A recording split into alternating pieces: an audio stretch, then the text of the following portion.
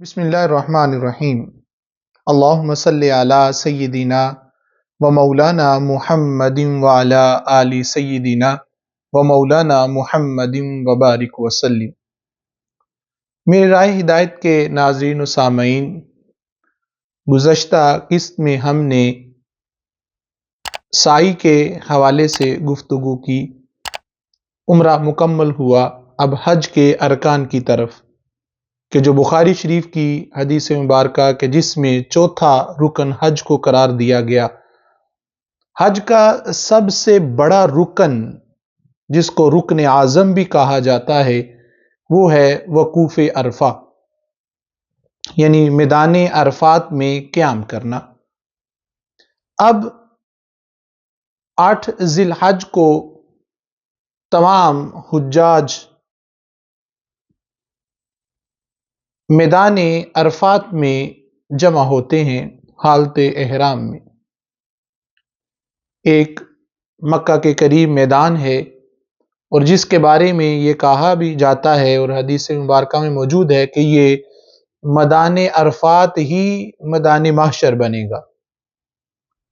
اور میدان عرفات، اس کی لمبائی کے بارے میں کہا گیا ہے کہ جب حج کا موسم ہوتا ہے اور جہاں تک لوگ موجود ہوں گے یا ہوتے ہیں وہ سارے کا سارا میدان عرفات تصور کیا جاتا ہے۔ اب میدان عرفات میں ایک مسجد ہے، اس میں خطبہ دیا جاتا ہے، ظہر اور عصر کی نماز وہاں ادا کی جاتی ہے، اور جس کے حالت مرض میں بھی اگر کوئی مریض ہو اور اگر وہ اس رکن میں آ جائے ایمبولینس کے ذریعے یا لوگوں کو لایا بھی جاتا ہے تو اس کا حج ہو جائے گا۔ باقی ارکان اگر نہیں بھی کر سکا تو اس کا وہ فدیہ دے دے، اس کا جو ہے وہ جو بھی کفارہ ہوگا وہ ادا کرے تو اس کا حج ہو جائے گا۔ لیکن اگر حج کا یہ رکن رہ جائے تو پھر اس کا حج نہیں ہوگا۔ دراصل میدان عرفات ہے کیا؟ جب اللہ تبارک و تعالیٰ نے حضرت آدم علیہ السلام اور حضرت اما حوا سلام اللہ علیہا کو زمین پہ اتارا تو روایات میں آتا ہے کہ دونوں کو الگ الگ جگہ پہ اتارا۔ اب دونوں نے ایک دوسرے کی تلاش شروع کر دی، اور پھر جب تک اللہ تبارک و تعالیٰ کو منظور تھا جدائی رکھی، اور پھر جب اللہ تبارک و تعالیٰ نے حضرت آدم علیہ السلام کی اس توبہ کو بھی قبول کیا تو حضرت آدم علیہ السلام اور اما حوا کو ملا دیا، اور دونوں کی آپس میں جو ملاقات ہے وہ میدان عرفات میں ہوئی۔ اسی لیے اس کا معنی عرفہ یعنی پہچان، معرفت۔ تو یہ میدان عرفات کی تھوڑی سی ہسٹری اور بیک گراؤنڈ ہے۔ یہاں پر بابا جی سرکار سے میں نے سوال کیا کہ حضور، اس میں ایسا کون سا خاص ہے کہ تمام آسائشوں کو چھوڑ کر بدن پہ جو لباس ہے اس کو بھی اتار کر احرام کی حالت میں حکم ہے کہ اس وقت تک آپ نے میدان عرفات میں رہنا ہے، عصر اور ظہر اور عصر کی نماز اکٹھے ادا کرنی ہے، جبل رحمت کے پاس کچھ وقت گزارنا ہے اور پھر وہاں سے کوچ کر لینا ہے۔ یہ چٹیل میدان میں جمع کرنا چے مانا دھارد، یعنی اس کی کیا وجہ ہے؟ بابا جی سرکار نے ارشاد فرمایا ہے کہ بیٹا، جو کچھ وہاں کیا جا رہا ہے نا، دراصل وہ کروانا مقصود نہیں ہے، اس کی حقیقت کچھ اور ہے۔ یہی وجہ ہے کہ آج ہم اس حقیقت سے آگاہ نہیں ہیں، پھر اس کا نتیجہ، اس کا رزلٹ بھی ہمارے سامنے آ رہا ہے کہ وہ انوار و تجلیات کی بارشیں، وہ قرب، وہ سنگت، وہ معیت، وہ ہمیں نصیب نہیں ہو رہی۔ تو وہی سرکار نے فرمایا کہ اور اس پر کوئی سوچ بچار نہیں کر رہا بیٹا۔ میں نے کہا حضور پھر آپ ہی ارشاد فرمائے نا کہ میدان عرفات کیا ہے، کیا ہے اس کا حقیقت؟ آپ نے فرمایا کہ بیٹا اب ساتھ ساتھ ذرا بولتے جانا۔ آپ نے فرمایا بیٹا عرفات کو عرفات کیوں کہتے ہیں؟ میں نے عرض کی حضور پہچاننے کی جگہ ہے، جہاں حضرت آدم اور حوا نے ایک دوسرے کو پہچان لیا تو وہ عرفات۔ آپ نے فرمایا کس نے کس کو پہچانا؟ عرض کی حضور حضرت آدم علیہ السلام نے حضرت حوا کو پہچانا۔ تو وہی سرکار نے فرمایا پھر ابھی بھی بات سمجھ میں نہیں آئی۔ میں نے عرض کی حضور ذرا اور آسانی کے ساتھ وضاحت فرما دیں، اس کی توضیح اور تشریح کر دیں۔ تو آپ نے فرمایا کہ اچھا آگے پھر چلو کہ اللہ تبارک و تعالیٰ نے پہلے کس کو پیدا کیا، آدم کو یا حوا کو؟ ظاہری بات ہے کہ حضرت آدم علیہ السلام کو پیدا کیا۔ آپ نے فرمایا پھر حضرت حوا کو کیسے پیدا کیا؟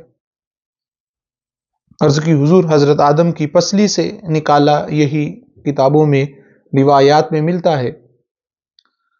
تو وہی سرکار نے فرمایا کہ پھر ابھی بھی سمجھ میں نہیں آئی حضور اس میں کیا معاملہ؟ کہا کہ حضرت آدم کیا ہوئے؟ اصل ہوئے؟ میں نے کہا جی حضور، اور حضرت حوا اس آدم کا ایک جز ہے۔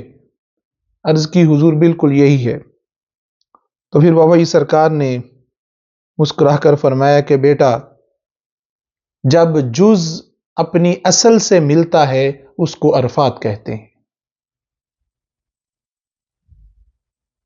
میرے لیے بڑی حیرانی کی بات کہ یہ کیا عرفات نکل آیا۔ آپ نے فرمایا ہم بھی اس لامحدود ذات کا ایک جز ہیں، اصل وہی ہے، وہ جو وحدہ لا شریک کا مالک ہے، جو کن فیکون کا مالک ہے، جو رب العالمین ہے، وہ جس کی ذات بے نیاز ہے۔ انسان بندہ بھی اس ذات کا ایک معمولی سا جز ہے۔ جب جز اپنے کل سے اور کل اپنے جز سے مل جاتا ہے، اس کو پہچان لیتا ہے، اس سے ملاقات کر لیتا ہے، اس کی قرب کی راحت کو پا لیتا ہے، اس کے پہلو میں چلا جاتا ہے، اس کی ذات کے حصار میں چلا جاتا ہے، تو پھر اس جگہ کو عرفات کہتے ہیں۔ عرفات میں دو چیزیں ہیں بابا جی سرکار نے فرمایا غور رکھنا، ایک پہچان ہے اور دوسری ملاقات ہے۔ پہلے ہمیں پہچان کا سفر طے کرنا ہے کہ میں کون ہوں، میں کیا ہوں۔ بابا سرکار نے فرمایا صوفی کرام اسی لیے پہلے پہچان سے سفر شروع کرواتے ہیں، کہ جس طرح کہا گیا قول ہے بزرگوں کا، صوفیاء کا، کہ من عرف نفسا فقد عرف ربا، کہ جس نے اپنے آپ کو پہچان لیا اس نے اپنے رب کو پہچان لیا۔ اس وحدہ لا شریک اور لا محدود ذات کا میں حصہ ہوں، اس سے آغاز کرو اپنی پہچان کا۔ اور اس سرکار نے فرمایا بیٹا انسان کو اپنی معرفت ہی نہیں ہے کہ اس کی حقیقت کیا ہے۔ جو بظاہر نظر آ رہا ہے نا، یہ جو وجود ہے گوشت کا، تو یہ اس کا سایہ بھی نہیں ہے۔ سایہ کہنا بھی عجب بات ہوگی، اس کی حقیقت کچھ اور ہے، اور جو اس سے مخفی ہے، اور یہ خود سے بھی مخفی ہے، اس لیے اس کو ملاقات نہیں ہو رہی۔ جب پہچان ہی نہیں ہے تو پھر ملاقات کیسی؟ وہ سرکار نے فرمایا بیٹا جب پہچان نصیب ہو جائے نا تو راز کی بات بتاؤں، پھر لاکھوں روپیہ خرچ کر کے جانے عرفات میں جانے کی ضرورت اور حاجت نہیں رہتی۔ انسان یہیں اپنے رب سے ملاقات کر لیتا ہے، اور جہاں جز کی اصل سے ملاقات ہوتی ہے، جہاں دونوں ملتے ہیں اور عربی میں بھی یہ قاعدہ ہے کہ کل شیء یرجع الی اصلہ، کہ ہر چیز اپنے اصل کی طرف لوٹتی ہے. تو اس نے بھی پھر جب اپنی اصل کی طرف لوٹنا ہے، ملاقات ہونی ہے، پہچان کرنی ہے، تو پھر وہی تو عرفات ہے. تو پھر کیا اس کے لیے صرف ہمیں میدان عرفات میں ہی جانا پڑے گا؟ یہاں سے کیوں نہیں ہم آغاز کر رہے؟ اس کو مقدس سمجھا ہوا ہے، اس میں کوئی دوسری رائے نہیں کہ وہ مقدس ہے، لیکن خود کو بھی تو مقدس بناؤ، خود کو بھی تو اپنے اس کی ملاقات کے لیے تیار کرو. اور پھر جب جس کو ملاقات دے دیتا ہے نا، تو پھر وہ ہر لمحے اس کو یاد کرتے ہیں. جو دم غافل سو دم کافر والا ان کا حساب ہوتا ہے. اور پھر ان کا حال یہ ہوتا ہے جو کسی نے کہا، دل کے آئینے میں ہے تصویر یار، بس ذرا گردن جھکائی اور دیکھ لی. پھر تو وہ عیاں ہے ہر جگہ، تو ہی تو، تو ہی تو، تو ہی تو نظر آتا ہے. میرے راہ ہدایت کے ناظرین و سامعین، یہ عرفات کا ایک پہلو ہے،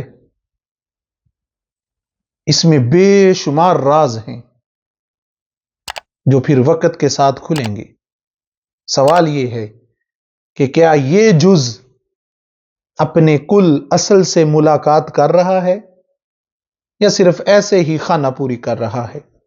اللہ پاک ہمیں سمجھ کی توفیق عطا فرمائے، آمین.